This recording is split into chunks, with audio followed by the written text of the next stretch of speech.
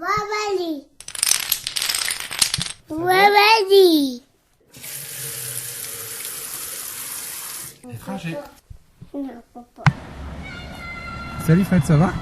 Oui, ça va et toi? Bah ma foi ça va, on est en plein air, on enregistre, là on est quoi, le 30 mars, près du parc Mono. T'as fait le déplacement pour venir jusqu'à moi qui habite pas très loin d'ici pour cette interview, qui sera la 10e du coup du podcast, déjà. Donc t'as l'honneur du 10e anniversaire du premier chiffre rond. Est-ce que je peux te laisser quelques minutes pour expliquer ce que tu fais maintenant? On y reviendra plus tard sur tout ce que tu as fait avant, mais ce que tu fais maintenant. Il y a quelques secondes, je buvais de l'eau dans une bouteille en verre parce que je ne supporte pas le plastique jetable. D'accord. Voilà, c'était le sens de ta question? Non, c'était plutôt ce que tu fais maintenant comme métier, par exemple. Ah, comme métier? Ouais. Je suis devenue récemment, depuis décembre 2019, Ouais. crêpière. D'accord, ok. Voilà, je fais des crêpes et des galettes dans un food truck. Dans un food truck.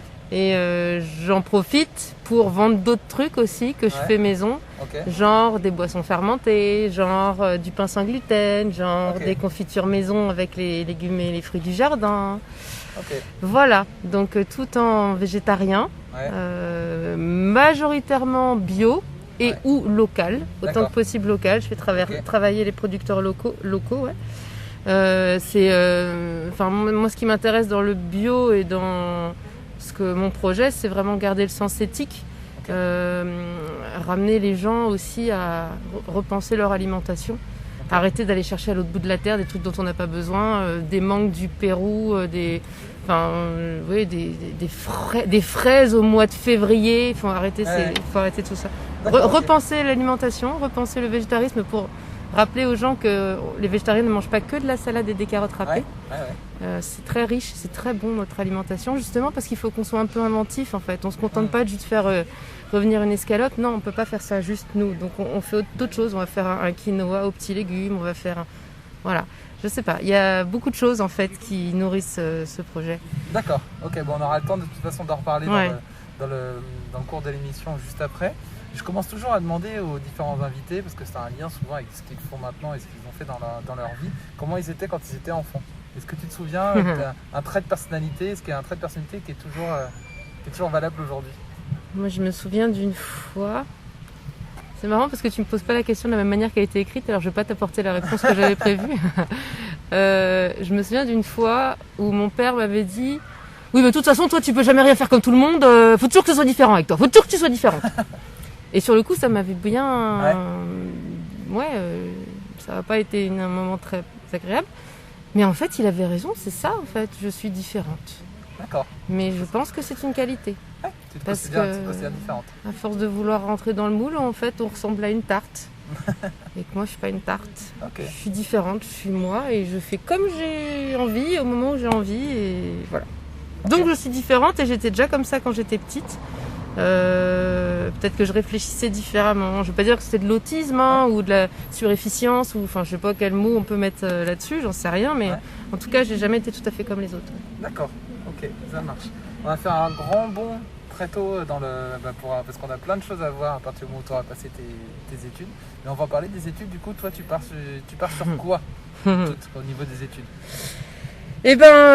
Bac littéraire parce que quand on est en ruralité et que qu'est-ce qu'on fait après la troisième? Faire un bac, puis on va faire une seconde quoi. Puis après on fait quoi? Bac scientifique, bac littéraire. Moi j'aimais bien l'anglais donc j'ai fait un bac littéraire. Ok. Voilà, super, très très bien orienté, très très bien à l'écoute de mes capacités, de mes affinités. Voilà le système scolaire tel qu'il est aujourd'hui. Okay. On m'a dit je voulais être psychologue à l'époque. Et on m'a dit après coup, ah bah oui mais tu peux pas être psychologue, t'as fait un bac L. Alors qu'aujourd'hui on me dirait l'inverse. Alors je dis bah oui mais du coup je fais comment? Bah oui mais tu peux pas être psychologue parce qu'il faut d'abord être médecin, il faut passer par un bac S. Alors en plus on m'a mal orienté. Donc après qu'est-ce que c'était? Donc on m'a dit tu peux être psychologue scolaire si tu veux être il faut d'abord être maîtresse et ensuite tu peux faire une formation spécifique pour être psychologue scolaire. Okay. Du coup, pour être maîtresse, il faut passer une licence. Donc j'ai été passer une licence d'anglais. D'accord. Au bout de 6 mois, j'ai arrêté.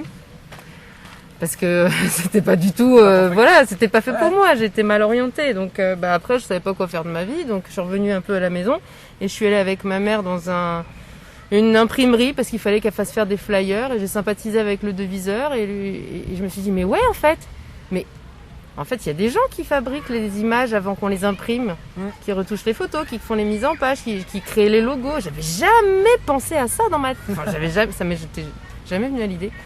Et du coup, le gars, il me dit ça, ouais, que lui, il est passé par un cursus, justement, de gens qui sortaient d'un système qui n'était pas fait pour eux. Ouais.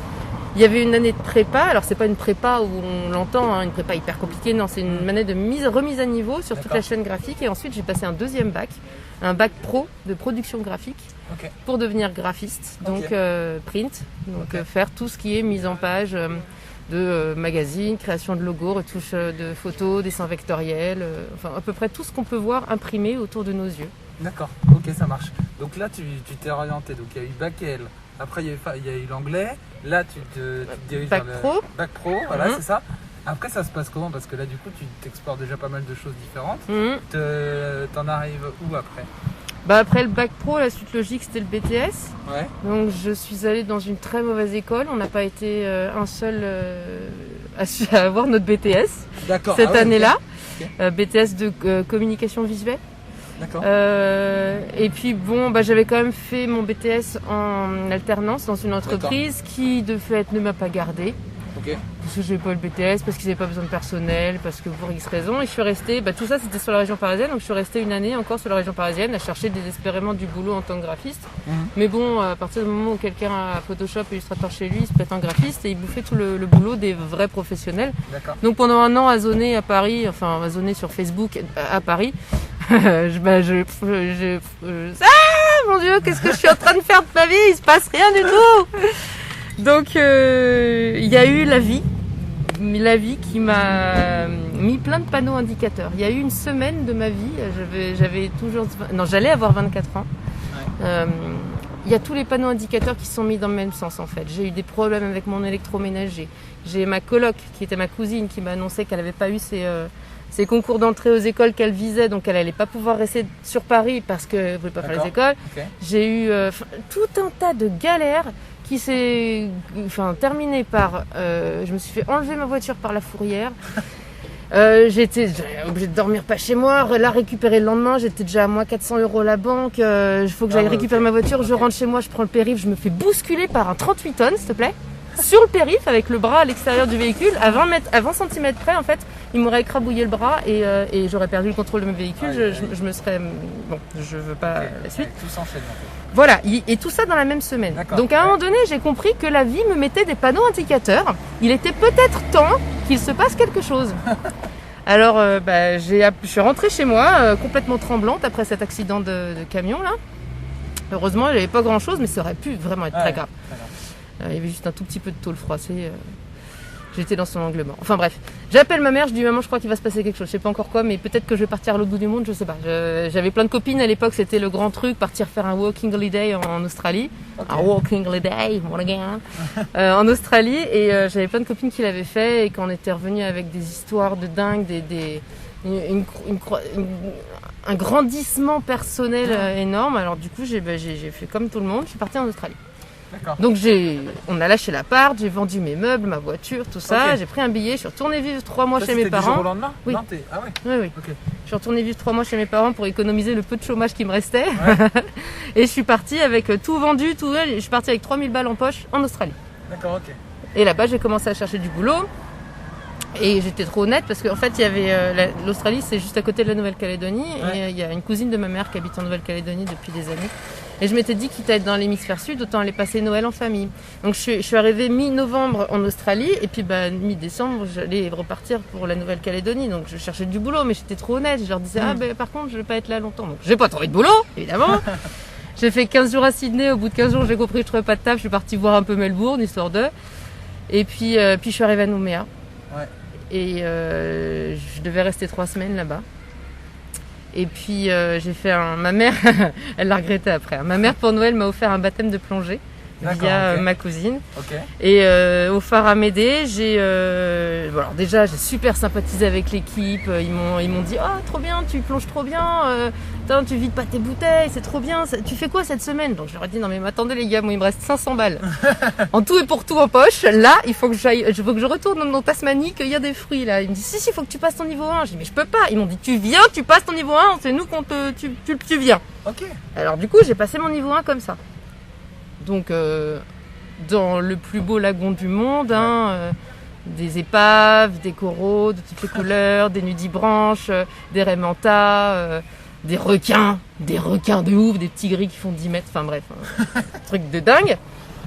Et sur le phare Amédée, j'ai rencontré une nana qui était commerciale dans une agence de com et je sympathisais avec elle. Et puis le lendemain, en fait, elle m'a appelé, elle me dit, mais Fred, j'ai ma collègue là qui part en vacances, j'ai entendu mes boss discuter, ils cherchent quelqu'un pour la remplacer pendant un mois, envoie ton CV maintenant.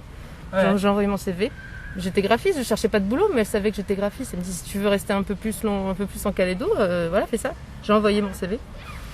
Le lendemain, je faisais un entretien d'embauche et le surlendemain, je commençais. Donc c'est le réseau sur place qui t'a fait rester en fait. Ouais, c'est ça, mon micro-réseau, ouais. Ouais, c'est ça. Ok. C'est ça. Et j'ai commencé dans cette agence de com, donc j'ai fait un mois comme prévu. Et quand Alexandra, elle s'appelait, quand Alexandra est rentrée de congé, elle nous a appris qu'elle était enceinte. D'accord, ok.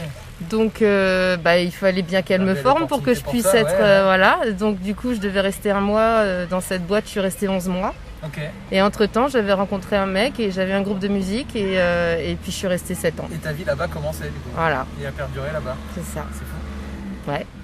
Donc du coup, c'est tous ces signes annonciateurs-là qui t'ont amené là où tu en es aujourd'hui.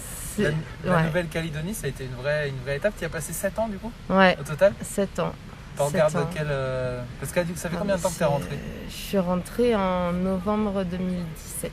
Donc ça fait 3 ans, un peu plus de 3 ans. C'est récent quand même. 3 ans et demi. T'es rentrée. Ouais, ça reste récent. Du coup, t'es cette année là-bas, tu nous as expliqué un an en fait. La première année, en gros, oui, je cherchais rien de spécial. J'ai tout eu qui m'est tombé dessus parce que c'était le moment, parce que c'était... En fait, j'appelle vraiment ça des panneaux indicateurs dans la vie. Faut être à l'écoute en fait. Faut vraiment écouter. Ouais. Faut écouter, faut suivre, faut être audacieux. Faut savoir prendre des risques. Se dire que après tout, qu'est-ce qu'on a à perdre? Faut aller. Voilà. Et voilà, je sais pas ce que je dois dire. Mais non, mais du coup, après ta première année. Après la première année. Et après, ça se passe comment? Le groupe de musique a perduré. Ouais. On est devenu de plus en plus connus là-bas. On était presque. Ça s'appelait comment le groupe? Soulmanou. Soulmanou. Ok. Soulmanou.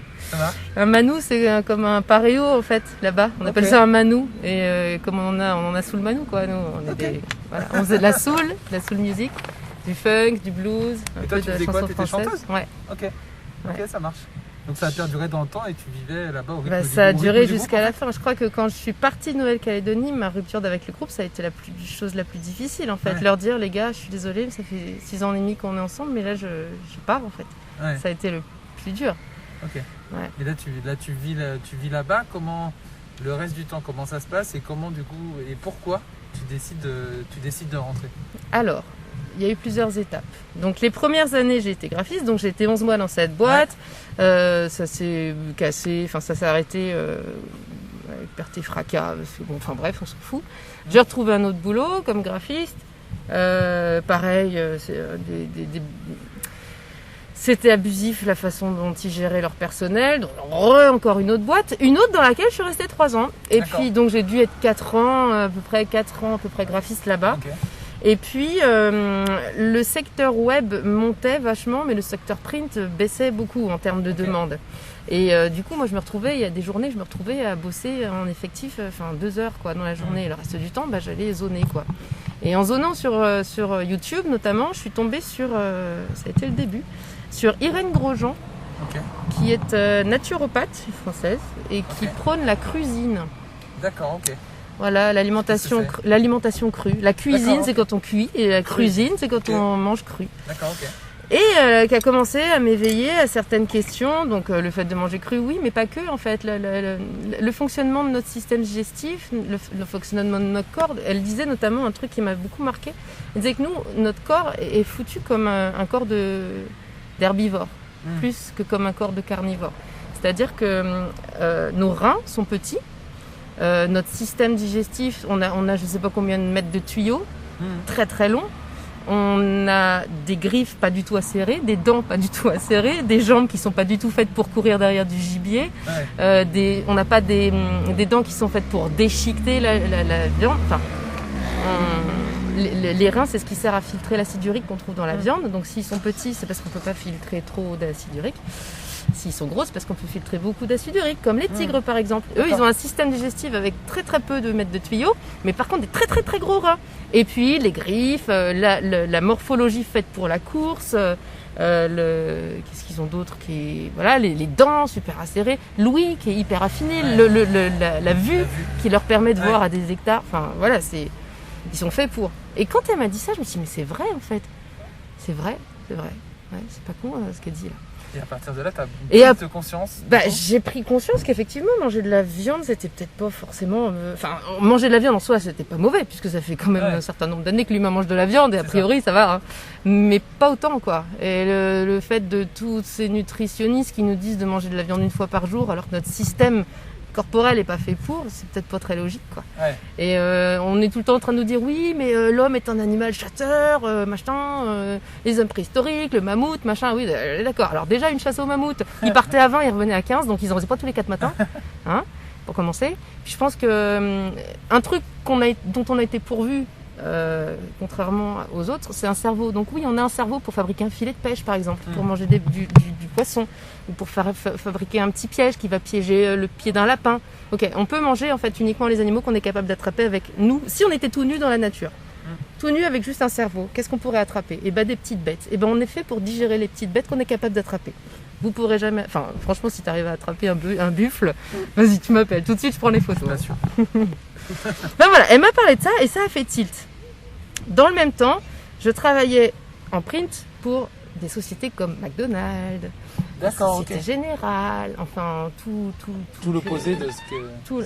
j'ai reçu un texto. Je vais éteindre cette sonnerie immédiatement. Voilà.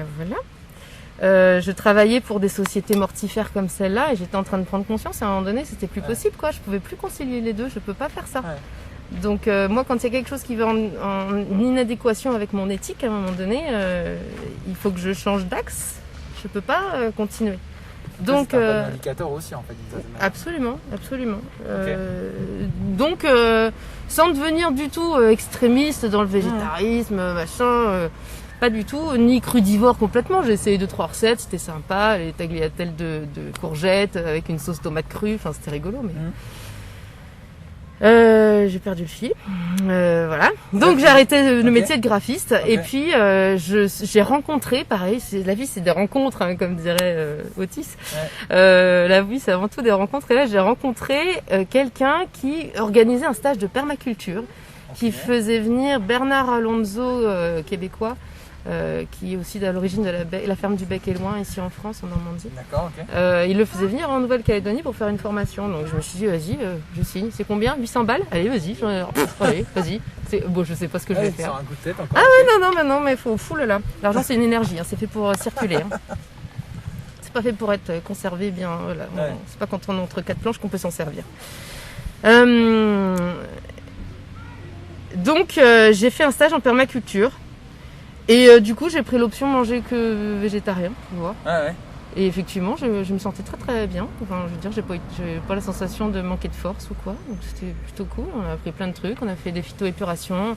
On a appris la permaculture humaine, c'est-à-dire la gestion des humains. Parce que dans un groupe, dans un projet commun, souvent ce qui pêche, c'est le PFH. D'accord. Le putain de facteur humain. C'est toujours ce qui fait que les projets capotent. Donc on a abordé la permaculture sous cet angle-là. C'était super intéressant. Parce que la permaculture en soi, c'est un grand mot. Tout le monde dit « Ah ouais, moi aussi je fais de la permaculture, j'ai des tomates sur mon balcon. » Non, c'est pas ça la permaculture. Non. La permaculture, c'est ça, tu vois. C'est se balader avec une bouteille en verre pour emmener son eau à droite à gauche et pas acheter une bouteille en plastique d'Évian à chaque fois qu'on a soif. C'est juste avoir une bouteille en verre parce que c'est toujours la même bouteille, elle va me durer des années, elle me permet de transporter mon eau, ça fait pas de déchets. Ça, c'est déjà de la permaculture, la culture de la permanence. Et c'est dans plein de domaines, la culture de la permanence, dans l'éducation, dans la façon de gérer les déchets, l'argent, les monnaies alternatives. Il y a énormément de pans en fait. La permaculture, c'est représenté par une fleur Et chaque pétale de la fleur est un axe de la D'accord. permaculture. Ok. Et donc là, on a vraiment un lien pour le coup. Je crois pas que quand on en a parlé tout à l'heure, t'as pas pu, à mon avis, t'as pas dû écouter cet épisode-là. Mais du coup, j'ai interviewé Émilie, de la théorie des petits pas. Je sais pas si tu connais. Non. Du coup, Émilie, elle a créé donc dans sa ville un marché du coup où les producteurs sont contactés et il y a un site en ligne. Ils ne se déplacent sur les marchés qu'avec ce qu'ils ont à vendre. Ok. Notamment, elle fait plein de choses, notamment liées à l'écologie. Il y a pas mal d'autres choses qui sont présentes dans l'épisode. Mais là, pour le coup, on a un vrai lien entre ces deux épisodes là pour le coup. Ouais. Je pense qu'il y a peut-être quelque chose à faire, des discussions à avoir. Ah, faut qu'on se fasse une bouffe avec Ouais. Émilie. Franchement, ça peut être bien. Carrément. Et là, du coup, moi j'avais noté après. Alors attends, prise de conscience écologique et après job en magasin bio. Oui. Du coup, tu changes Oui. complètement de. Bah non, ça reste quand même dans la même lignée, Oui, c'est-à-dire non, mais que par bon, rapport au graphisme. après mon épisode de graphisme, mon stage en permaculture, j'ai fait aussi un autre truc. J'avais mon ex qui était menuisier, alors j'ai pris 3 mois pour apprendre à faire la menuiserie. Tu veux que je t'aide? Non, c'est bon. J'ai pris 3 mois pour apprendre. J'avais du temps, j'avais le chômage, donc pour découvrir autre chose, apprendre à faire des choses de mes mains, me servir d'une scie pendulaire, d'une visseuse. Ok. Voilà, donc j'ai appris la menuiserie. Puis à un moment donné, il a fallu que je rebosse quand même un peu. Donc je cherchais un job, mais dans ce que j'étais capable de faire. Donc je me suis dit magasin bio. Moi, je consommais de bio déjà depuis quelques temps. Ça me paraissait cohérent et j'ai eu une opportunité en fait. Pareil, une copine du stage de permaculture en TA qui avait cette place et qui allait arrêter en fait. Et donc elle m'a dit si tu veux la reprendre, c'est le moment. Ouais, Ok. carrément. Allez, allons-y. c'est bon. C'est le moment. Tous les panneaux indicateurs, toujours, faut écouter. Le micro-réseau et les panneaux indicateurs. Ouais, Ok. c'est ça. Ok. Et j'ai commencé ce boulot dans ce magasin bio, j'ai appris beaucoup de choses, plein de choses à propos des huiles essentielles, à propos de l'importance de manger bien quand on mange plus de viande aussi, réapprendre à utiliser les légumineuses, les oléagineux, toutes ces choses-là, et pas que. Apprendre aussi ce qui me plaît, ce qui me plaît pas dans le bio, parce que le bio, pour moi, c'est avant tout une éthique, alors qu'il y en a beaucoup pour qui c'est un business. Ouais. Moi, c'est d'abord une éthique. Et c'est pour ça que je suis pas 100% bio d'ailleurs. C'est parce que je préfère acheter des carottes locales à un paysan qui a les mains usées par le travail et qui traite pas, plutôt que d'acheter des carottes emballées sous plastique qui viennent d'Espagne. Ouais. Voilà. Donc je préfère l'éthique au bio. Et le problème du bio dans notre société d'aujourd'hui, c'est que bien souvent, on est un business. C'est un business. Ça, voilà. Ouais. Ça me chagrine. Et du coup, là, cette expérience-là, j'imagine, tu vas me répondre après, mais dans un magasin bio, elle forge ton expérience et ce que tu fais là maintenant. Oui. J'imagine aussi d'une certaine manière. À quel moment ça vient, parce qu'il y a d'autres étapes entre temps, j'imagine, à quel moment ça vient l'idée d'avoir un food truck, du coup, de proposer 90% de bio, du coup. Alors, on n'y est pas encore. Bah ouais. Donc, dans ce magasin bio, en l'occurrence, on me demande du pain sans gluten. Chose qu'il y a très peu là-bas, parce qu'il y en avait déjà très peu ici, mais encore là-bas, encore plus, quoi. Donc, les gens veulent essayer d'en faire, machin, ils me posent des questions, moi je sais pas trop quoi leur répondre. Alors, comme j'aime bien les défis, j'essaye d'en faire, moi, je cherche des recettes, j'essaye des recettes qu'on me donne, Ouais. Ça marche pas, c'est la cata, mais je tiens bon, Et je commence à faire du pain sans gluten, comme je peux, j'en jette, je refourgue à mes colocs, voilà. Et puis j'arrive au bout d'un moment à avoir une recette qui tient à peu près la route. Et puis je commence à en faire. Et puis mes clientes qui me demandent comment on fait, je commence à leur dire que j'en fais. Elles me disent mais vous pourriez pas m'en vendre en fait. Et je leur dis ouais. Ok, si vous voulez. Mais ça reste entre nous. Hein. Ouais. Oui. Bon d'accord, ok. Donc on met en place un petit service où soit je les livre, soit je les ramène au magasin. Le patron est au courant, il dit rien. Bon ouf, ok, pourquoi pas. Bon. Et puis, ça reste des petites quantités, hein, c'est genre 2 kilos de pain par semaine, hein, c'est pas... Ok.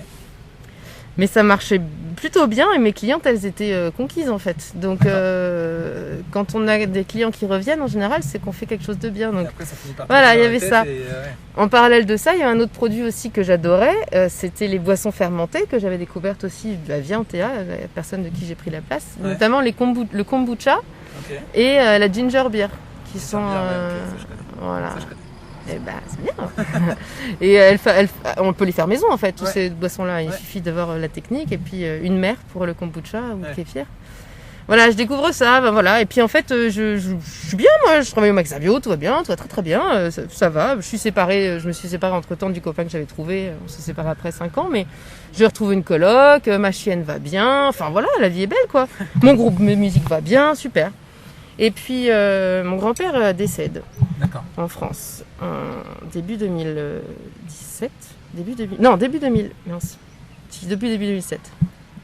En février. Et fin janvier. Et quand même, ça faisait 4 ans que je l'avais pas vu, quoi. Ouais. Et là, je me dis, ouais, quand même, c'est vrai qu'en fait, je crois que je vois plus trop les gens importants dans ma vie. T'avais la sensation de rater des choses, du Ouais. Et mes parents, le mois suivant, après son décès, me disent, Fred, ça fait longtemps que t'es pas revenu, viens, on te paye le voyage, reviens. Parce que moi, je pouvais pas, j'étais célibataire avec un petit salaire à temps partiel, je pouvais pas me payer un billet d'avion, voilà, aller-retour à Calédonie, hein, c'était 1000 balles. Hein, donc mes parents me disent, allez, viens, on t'aide, tu reviens passer un peu de temps avec nous. Donc je suis revenue sur l'été 2017. D'accord. Et 2 jours avant de quitter la Nouvelle-Calédonie, mon patron du magasin bio, à 12:05, il me dit, Fred, viens dans mon bureau. Et là, il me présente un papier que je dois lui signer. C'était un papier de ces trucs préalables au licenciement que je devais signer. Je dis, mais qu'est-ce qui se passe? C'est quoi le... Pourquoi? Et il me dit, tu sauras lors de l'entretien. Je dis, bah oui, mais c'est marrant, toi. Ouais. Non, ça, c'était pas 2 jours avant parce que j'ai eu l'entretien juste avant.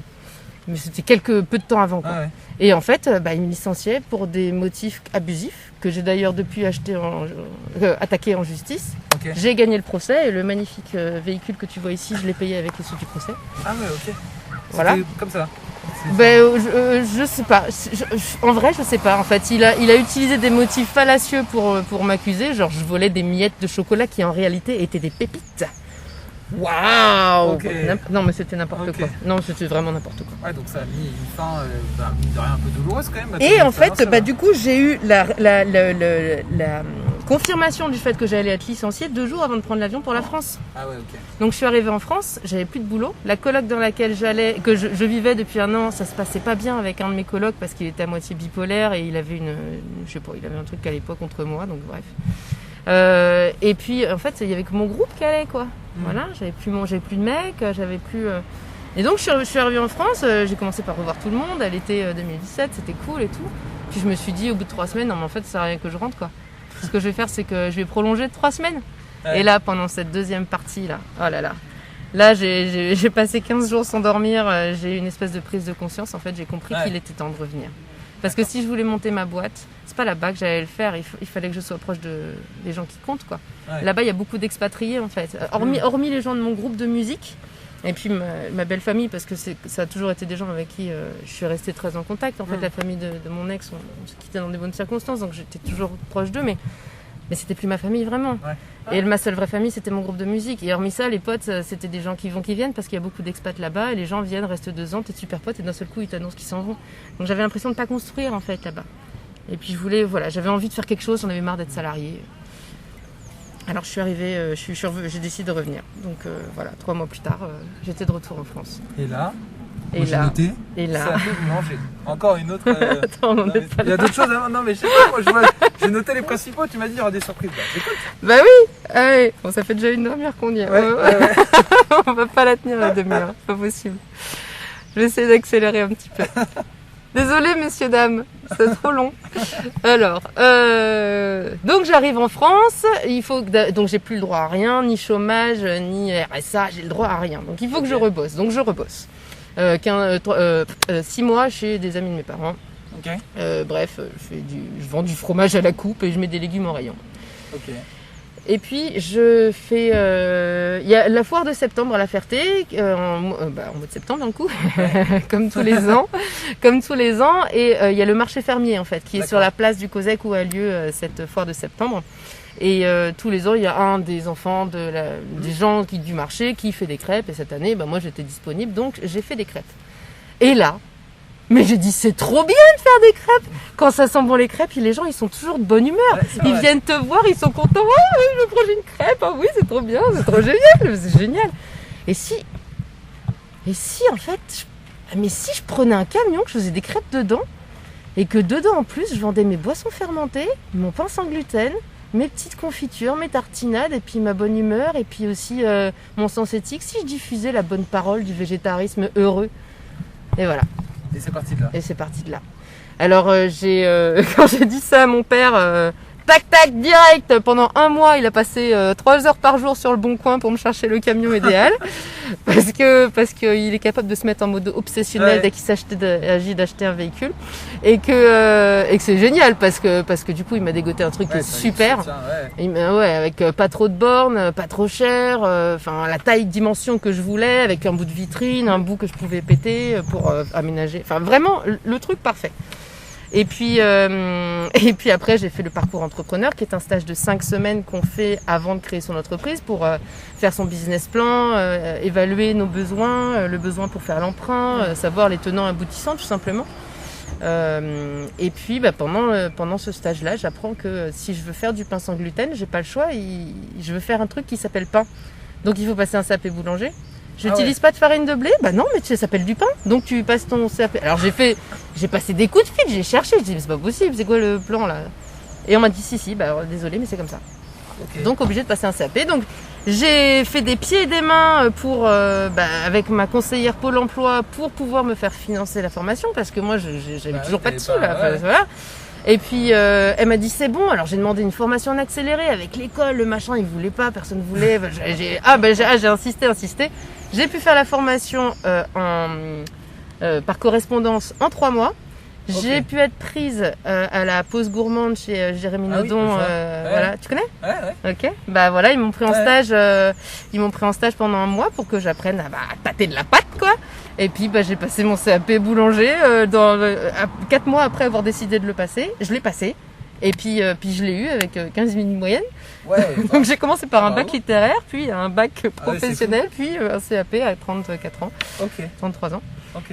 Et puis voilà, j'ai mon CAP, j'avais mon camion, il n'y avait plus qu'à l'aménager. Donc j'ai passé l'été à mettre des coups de marteau, des coups de visseuse, à prendre des mesures, et puis à aménager moi-même mon propre camion avec mes compétences développées en menuiserie à l'époque où j'avais passé du temps avec mon ex, et puis dans sa menuiserie. Et puis j'aime bien faire les choses moi-même. Et puis voilà, Rouler Jeunesse, décembre 2019, ouverture du food truck. Ok. Voilà. Donc là, ça fait un peu plus d'1 an en fait. Ouais, c'est ça. Ok. Ouais. Okay. Et là, du coup, alors, faut que tu nous expliques comment ça s'appelle déjà. Alors. Je ne l'ai pas dit depuis le début. C'est vrai. J'ai adoré le nom. Et c'est vrai. On n'a pas parlé du nom depuis le début. Ouais, c'est vrai. Eh bien, ça s'appelle la carriole aux saines folies. Ok. Pourquoi? Parce que je pense que la folie, c'est quelque chose de sain, déjà. Saine comme la santé, parce que comme je propose uniquement des produits bio ou locaux, de qualité, on va dans le bon sens, quoi. Et puis carriole, j'aime bien le truc de dire, c'est l'abréviation, on va pas dire on va à la carriole aux saines folies, non, on va à la carriole, quoi. Ouais. Enfin, c'est rigolo, tu vois, on va à la carriole. Alors, on va à la carriole. Oui, c'est ça, on va à la carriole, quoi. J'aime bien la sonorité du mot. Et puis carriole, ça commence par un C, c'est mon nom de famille, et folie, ça commence par un F, c'est mon prénom, donc il y a mes initiales aussi dans la carriole aux saines folies. Voilà. La carriole aux saines folies. J'emmène à droite, à gauche, un peu partout, mes folies, ton univers. C'est ça, mon univers, ma taréitude. Du coup, là, alors, faut que tu me dises ce que tu vends, du coup, ce que tu prépares, ce que tu vends et ce que tu réalises. C'est quoi? Alors, quand on va à la carriole, du coup, qu'est-ce qu'on y va, pourquoi? Je vends principalement sur les marchés. Okay. Sur les marchés, il y a beaucoup de gens qui me prennent des lots de crêpes et galettes. 2 galettes, 3 crêpes, 6 galettes. Allez, 12 de chaque. Oui. Okay. Les gens prennent pour faire chez eux. Donc ça, c'est super cool, parce que mes crêpes sont bonnes, a priori. Okay. Donc il y a ça, il y a vraiment les lots. Il y a le service du midi que je fais, qu'il y a toujours des collègues du marché, des gens qui viennent manger leurs galettes du midi. Il y a même des gens, c'est leur rituel. Tous les vendredis, ils viennent chercher leurs galettes à la carriole, ou les plats du jour aussi, parce que chaque semaine, il y a un plat du jour différent, qui peut être une galette avec une garniture différente, ou qui peut être autre chose. Chaque dernière semaine du mois, c'est le burger végétarien. Qui au début éveillait un petit peu c'est quoi ce truc, qu'est-ce qu'il met dedans, et puis que maintenant les gens ils réservent par texto, quoi, pour être sûr d'en avoir, parce que oui, il faut réserver par texto chez moi, c'est bien ça. J'aime bien. Sinon je fais des chilis sin carne, des dalles de lentilles, des Buddha bowls, voilà. Donc chaque semaine il y a un plat en plus de la carte habituelle. Et qu'il y a une spécialité ou pas? Est-ce qu'il y a une spécialité que toi qu'on te réclame? Le burger végétarien du coup? Ah bah ça, le burger, Ouais. toutes les semaines, il y a des gens qui viennent me voir. Vous avez des burgers? J'ai dit non, c'est la dernière semaine du mois, les burgers. Et du coup, t'es principalement sur le marché de la Ferté du coup? Oui, Tu te déplaces sur d'autres marchés en Sarthe? alors j'ai le marché de Bélem, qui est pas dans la Sarthe, mais dans, je crois Ok. que c'est l'Orne, Bélem. Non, je crois que c'est Je l'Orne. sais pas. Le jeudi, mais ça fait qu'un Ok. mois que je le fais. En fait, Ok. j'ai essayé de venir sur le Mans et ça n'a pas fonctionné parce qu'il y a trop peu d'emplacements Dispo? dispo pour la quantité de food truck qu'il y a sur le Mans. Donc on peut pas choisir l'emplacement sur lequel on se met. Et on m'a mis dans un quartier où bah, c'est pas ma clientèle quoi. C'était pas, ouais. Bah, oui, Ouais. moi, je fais des galettes végétariennes bio, donc si on met au sablon, ouais, sculpturellement il y a un fossé en fait. Et du coup, c'est que partie remise, tu voudrais y retourner au Mans quoi? Bah, maintenant j'ai trouvé un truc le jeudi Ouais. à Bélem et que ça marche du feu de Dieu et que je suis aussi le vendredi à la Ferté-Bernard devant le marché fermier et le samedi aussi sur le marché de Saint-Antoine et que ces trois marchés-là fonctionnent bien et que je suis toute seule à faire tout de A à Z, donc les courses, aller chercher mon lait dans mes petits seaux. Ça tu fais en début de semaine du coup et après tu t'organises. Le mercredi soir, je vais à la traite chercher le lait. Ok. Je commence à faire mes préparations et puis, voilà, le mercredi toute la journée c'est préparation. Le jeudi c'est le marché. Le vendredi, samedi, je finis le samedi en fin de journée, je suis rincée. Et puis après, j'ai 3 jours de week-end. Wouhou! Enfin, 3 jours de week-end, pas Ouais. vraiment, parce que en fait, c'est dimanche, lundi, mardi. Mais en vrai, quand je fais une tournée de ginger beer, quand je fais une tournée de confiture, parce que les fruits sont là, faut les faire. Ouais. Bah, quand on est auto-entrepreneur, on calcule pas, hein, on fait quand c'est le moment, quoi. Ok. Voilà. Et du coup, là pour clore un petit peu j'ai 2 questions pour clore ton chapitre professionnel et toute ta vie professionnelle qui t'a amené là où t'en es aujourd'hui. Si tu avais un conseil du coup à des jeunes ou des moins jeunes qui ont toujours une idée en tête, qui n'ont pas forcément ni les moyens, ni l'envie, ni les fonds nécessaires pour aller au bout de la chose, quel conseil tu donnes toi du coup de prendre des risques, c'est ça? Ouais. Prenez des risques et c'est pas parce que quelque chose. Alors attends, c'est quoi cette citation? Je suis une grande fan de citations.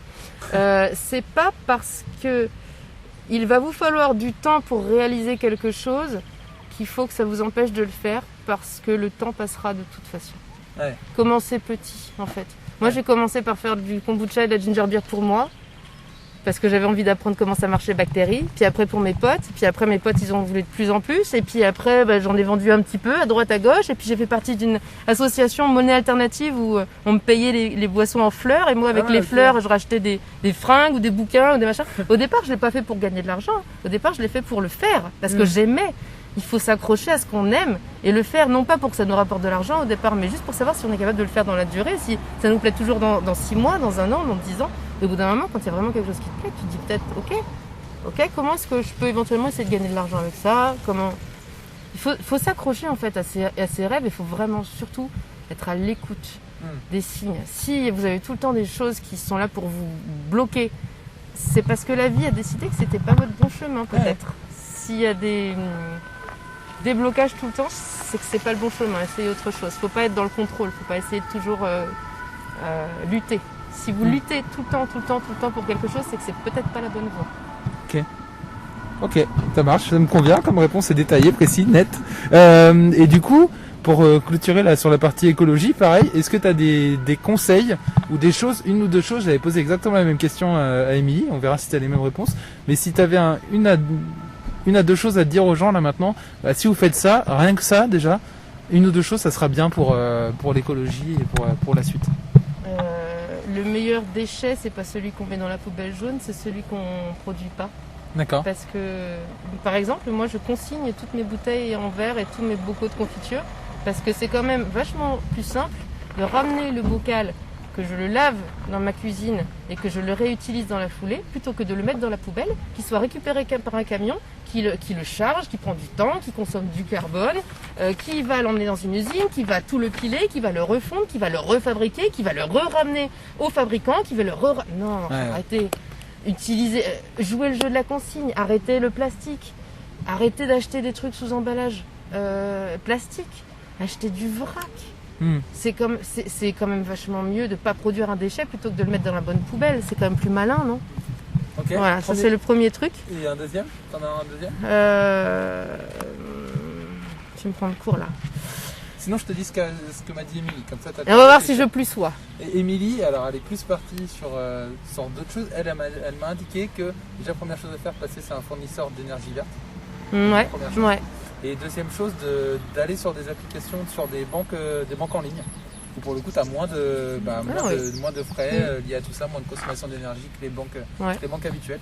C'est complètement différent de toi. Du coup, Ouais, c'est deux univers différents. Et ben, je vais te donner ma deuxième réponse dans le coup. Consommer local. Ouais, voilà. Allez voir les producteurs locaux. Vraiment. Parce que ça me voyage moins et en plus c'est meilleur. Et manger local parce que c'est de saison. Réapprenez à cuisiner les légumes de saison pour réinventer plein de saveurs. Enfin, je veux dire, oui, le chou, c'est le chou et on a tout l'hiver. Mais oui, mais vous avez plein de façons de cuisiner le chou. C'est pas toujours pareil. Vous pouvez l'associer avec d'autres légumes. Vous pouvez mettre des épices. Vous pouvez le faire un coup à la vapeur, un coup je sais pas, en tarte, un coup. Il y a plein de façons. Okay. Local. Faites travailler les acteurs locaux parce que là, on le voit très bien avec c'est quoi le green machin, le green truc machin qui est dans le Evergreen, qui est dans le canal de Suez. Ça y est, ça bloque l'économie internationale. Ben oui, mais si on mange local, on n'a pas besoin de ça, nous. Ouais. Voilà, relocaliser parce que c'est pas le jour où vous aurez plus cette comme on dit là je vais pas retrouver le mot. Ah mince. Ah, tu sais quand on te met une piqûre dans le bras pour t'alimenter par voie intraveineuse, tu sais. Bon, oui. C'est pas quand tu auras plus cette perfusion. Voilà, du reste du monde pour t'alimenter et que tu pourras te plaindre de oh là là, comment on fait maintenant, on n'a plus rien à manger. Non, si tu as valorisé le travail de ton voisin qui cultive des carottes depuis toujours, et ben dans 10 ans, il en aura encore des carottes parce que tu lui auras permis de perpétuer sa production. Parce que tu lui auras donné ton argent pour qu'il puisse perpétuer ça et te permettre d'être en autonomie locale, en fait, sur ton alimentation notamment. Okay. Voilà. Et aussi, banque en ligne et énergie verte, bien sûr. On a passé sur tout ton parcours, les petits conseils à droite à gauche. Je finis toujours les interviews, parce que là on est à 41 minutes quand même. Oh là là on va se laisser 5-10 minutes devant nous quand même pour terminer. Des questions plus légères. Je t'avais posé la question, et celle-là je les pose à chacun des invités. Comment tu imagines ton avenir proche et lointain? Tu m'as répondu en permanente évolution. Ouais. Pourquoi? Parce que c'est dans la lignée de ta carrière pro? Parce que, qu'est-ce que j'ai dit l'autre jour? Parce que la sécurité et la permanence, c'est des choses qui ont été inventées par les assureurs. Ouais. En vrai, ça n'existe pas. La seule chose qui est permanente dans la vie, c'est son impermanence. Et heureusement qu'on ne sait pas où on sera dans 5 ans, parce que ça se trouve, on se sera laissé plein de portes ouvertes du coup. Si on sait déjà exactement ce qu'on va faire demain, ça laisse aucune surprise. C'est chiant. Donc, repose ta question. En permanente évolution, il faut être capable d'écouter les signes, parce qu'en fait, c'est pas parce qu'une situation te convient aujourd'hui que ça va être permanent. C'est pas parce que tu es aujourd'hui en couple avec une personne, vous avez des enfants ensemble, que c'est comme ça que tu vas être heureux jusqu'à la fin de tes jours. Si ça se trouve, il y a quelque chose qui va vous séparer à un moment donné, et ça va être dur sur le moment, mais si ça se trouve, c'est parce que tu as un autre truc à vivre, et que cet autre truc, putain, c'est carrément mieux que ce que tu avais là, tu vois. Tu vas découvrir que, je sais pas, tu vas faire des jeux du cirque avec ta nouvelle nénette, et en fait, tu vas t'éclater, et tes mômes, ils vont devenir circassiens de ouf, parce que à un moment donné, tu as eu cette rupture dans tes projets, qui a été douloureuse, mais qui t'a emmené vers autre chose. Il faut savoir être capable d'aller vers autre chose, en fait. Okay. De rebondir. C'est ce qu'il y a de plus beau dans la vie, d'être capable de rebondir. C'est vrai. Bah oui. C'est vrai.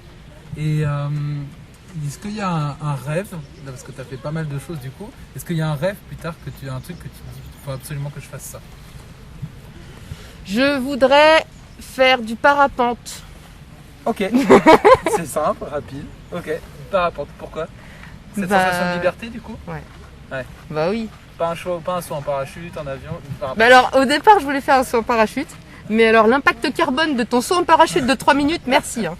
Alors bon, finalement saut en parapente parce que c'est vachement plus lent, t'as vachement plus le temps de prendre ton plaisir et voler vraiment, découvrir les paysages sans avoir le stress, le flip de sauter. C'est juste que du bonheur en fait. Je ferai un saut en parapente avant de mourir.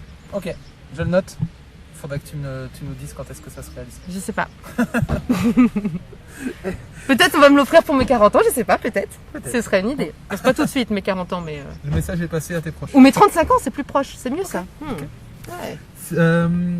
On est dans une ère, depuis un peu plus d'un an, dans une ère Covid, où on sait pas trop où est-ce que ça nous emmène, ça nous empêche de faire des choses, mais ça nous fait réfléchir aussi à d'autres choses pour que ça soit plus simple après.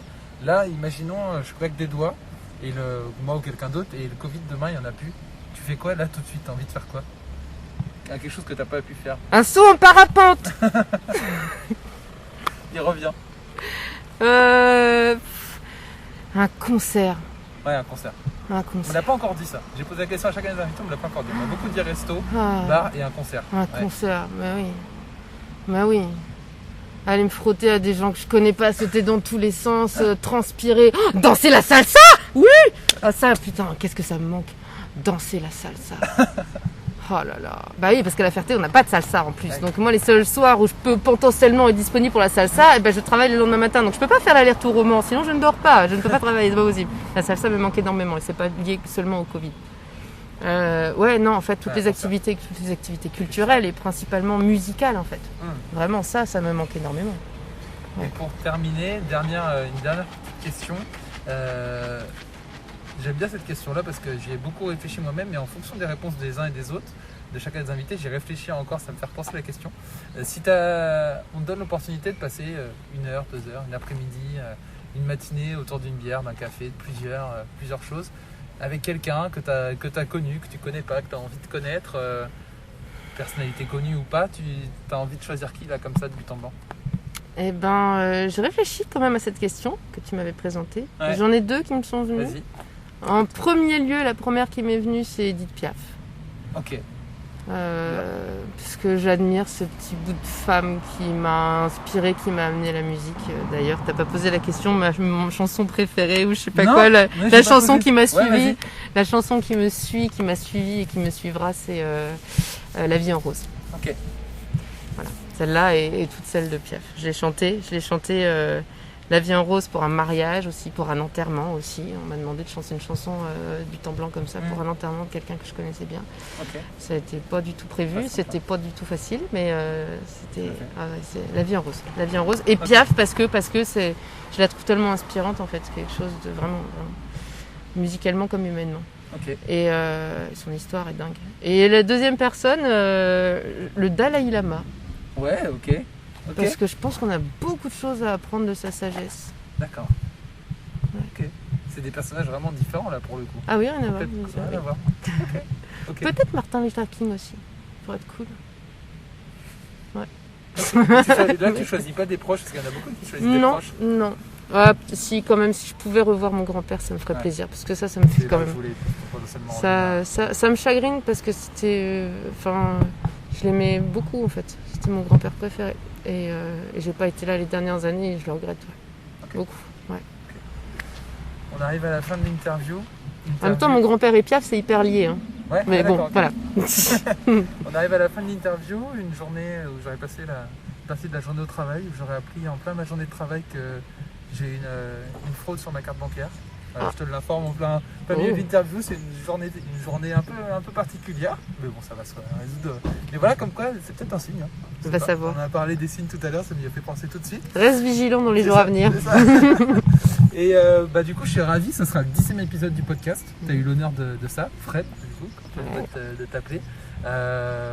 Je te remercie pour ta disponibilité aussi sur les réseaux sociaux, parce que je le précise, je le préciserai dans la discussion et je le préciserai dans des futures publications. Mais du coup, les invités que je ne connais pas encore, je les contacte en les trouvant via le hashtag Le Mans, le hashtag Sarthe. Je base que sur ça. Et du coup, c'est par ce biais-là aussi que je t'ai découverte, toi et ton food truck, et du coup toute ta carrière professionnelle un peu tempétueuse avec pas mal de choses que tu as fait. Donc pour ta disponibilité aussi, je te remercie d'être venu à moi pour cette interview-là. Le podcast des trajets, lui, va continuer. Il va être mis en ligne à chaque fois un épisode par semaine, tous les lundis à 16h. Vous pouvez me joindre pour témoigner sur l'adresse mail destrajets@gmail.com que je vous invite à utiliser, et puis via les réseaux sociaux, du coup, Instagram, Twitter, Facebook, et puis tous les applis de podcast sur lesquels c'est disponible. Je pense à Breaker, il y a Google Podcast aussi, il y a pas mal d'applications encore, Spotify, YouTube, tout est disponible et tous les liens sont sur la page. Fred, je te remercie beaucoup. Et puis là, on va préparer nos attestations et puis on va y aller. Merci pour ton invitation, ça m'a flatté que tu me contactes. Écoute, c'est parfait. Et puis si ça peut faire aussi réfléchir sur notre façon de consommer aussi, si ça peut amener à la réflexion, C'est le but de ce podcast-là, c'est aussi via le trajet professionnel et personnel de chacun des invités, de réfléchir à son propre trajet et du coup à sa manière de fonctionner. Et bah là pour le coup ça y participe grandement, donc pour ça je te remercie. Avec plaisir. Merci beaucoup. À toi aussi.